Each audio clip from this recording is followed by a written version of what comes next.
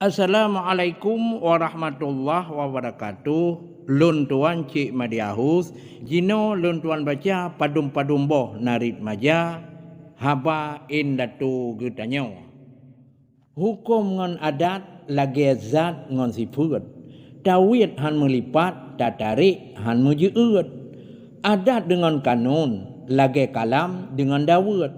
Najitrun ujung rakam, tak pandang di dalam keut. Kanun dengan resam, lagi parang dengan sadep. Dua-dua mata tajam, hana saban di dalam bot. Adat mukoh rubung, hukum mukoh purih. Adat hanjut takung, hukum hanjut takiyah. Kanun meatung belang, resam metangga-tangga.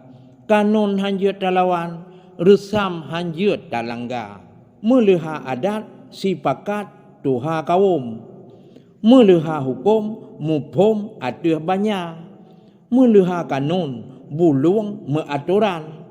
Meliha resam sipadan atuh jema. Mati anu mupajuran. Gadoh adat malaya raja. Gadoh bangsa tinggai kaum. Gadoh hukum ruluh agama. Mati raja tinggai kerajaan.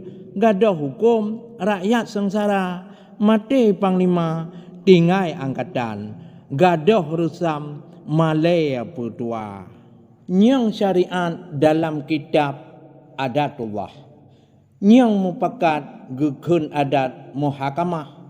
Kanun rusam tamong dalam adat tunah.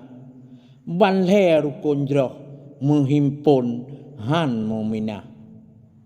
Hukum Allah dalam sunnah ngon firman. Hukum raja sama rata dapat timang.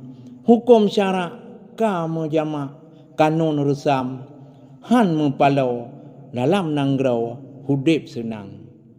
Adat bermeikat, hukum bermusuun. Kanun bermebuluang, resam ban si padan.